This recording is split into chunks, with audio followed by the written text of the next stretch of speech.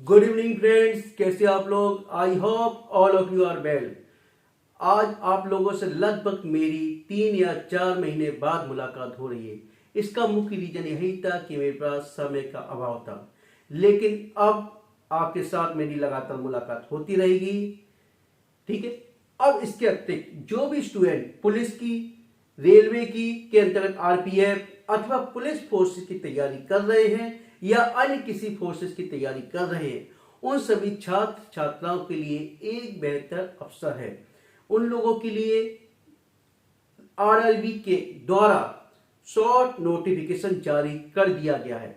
इस नोटिफिकेशन के अंतर्गत आरपीएफ के अंतर्गत 4500 से अधिक वैकेंसी का नोटिफिकेशन 15 अप्रैल 2024 को जारी कर दिया जाएगा, यानी उससे पहले जारी कर दिया जाएगा, जबकि इसकी ऑनलाइन एप्लीकेशन की डेट 15 अप्रैल 2024 से प्रारंभ हो जाएगी।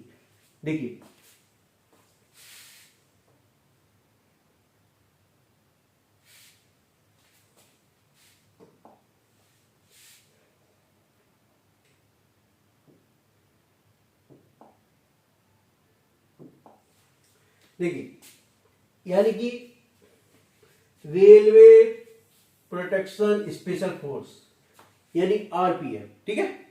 अब इसके अंतर्गत लगभग 4660 वैकेंसी का नोटिफिकेशन जारी कर दिया जाएगा। ठीक है। अभी शॉर्ट नोटिफिकेशन जारी किया गया। ठीक है। अब इसके अंतर्गत सब इंस्पेक्टर की और कांस्टेबल दोनों वैकेंसी रहेगी। ठीक है। इसकी जो स्टार्टिंग डेट है 15 अप्रैल 2024 है। क्या है? 15 अप्रैल 2024। और इसकी लास्ट डेट आपकी 14 मई 2024। क्या है? 14 मई 2024। ठीक है।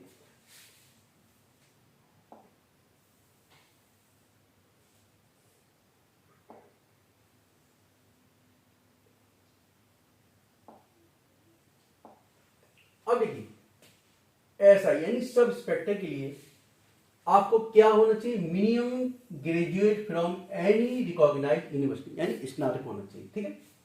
अब इनिशियल पेज की रहेगी 35,400 और इसकी एज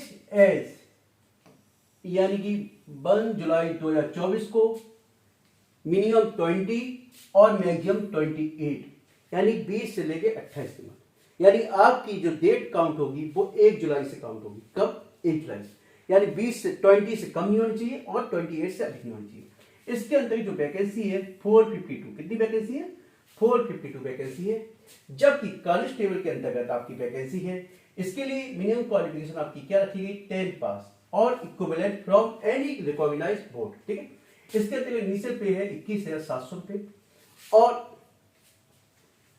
18 से 28 के बीच में इसकी एज होनी चाहिए। मिनिमम एज कितनी होगी? 18 होगी और मैक्सिमम कितनी होगी आपकी? 28। और इसके अंदर जो वैकेंसी है 4208 वैकेंसी है। कितनी? 4208 वैकेंसी है। इन दोनों को मिला लिया जाए तो 4660 वैकेंसी हो जाएगी। ठीक है। समझे?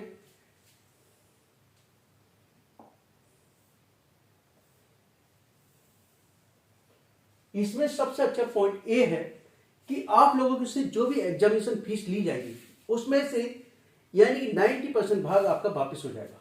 देखिए,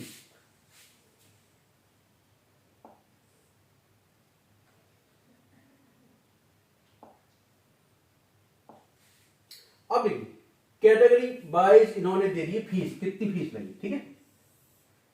इसकी फीस है आपकी यानी कि SC, ST, ex serviceman, female, minorities और economy EBC and economically backward classes, इनको छोड़कर सभी की फीस कितनी है? 500 है। कितनी है? 500 फीस रहेगी। और लेकिन इसमें से 400 रिफंड हो जाएंगे। कितने रिफंड हो जाएंगे? 400 रुपीज रिफंड हो जाएंगे। जो भी स्टूडेंट अपीयर करेगा एग्जाम में, कंप्यूटर बेस्ड टेस्ट के अंतर्गत जो भी स्टूडेंट अपीयर होगा उसके जो रिफंड होगी 400 रुपीज उसके रिफंड हो जाएगी। ठीक है। और इसके अतिरिक्त इन कैंडिडेट से जो 250 रुपीज चार्ज लिया जाएगा वो आपका रिफंड हो जाएगा। This fees of the 250 shall be refunded duly deducted bank charges as applicable, यानी कि जे रिफंड हो जाएगी। ठीक है।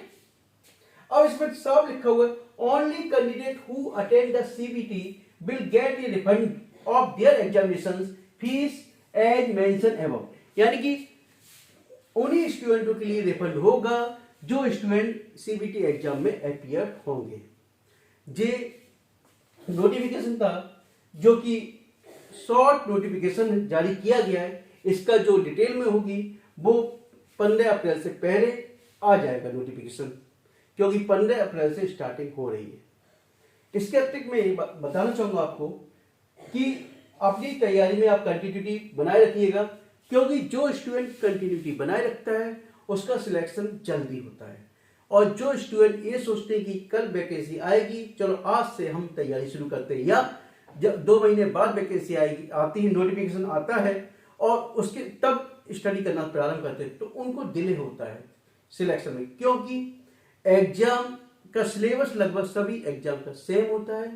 केवल आपको क्या करना, पकड़ मजबूत करनी है, अपने कंसेप्ट को बिल्ड करना है, ठीक है। और इसके अतिरिक्त आपको कोई भी डाउट्स है तो कृपया मेरे कमेंट बॉक्स में लिखिएगा और मैं उसके डाउट को क्लियर करूंगा। Okay, thank you.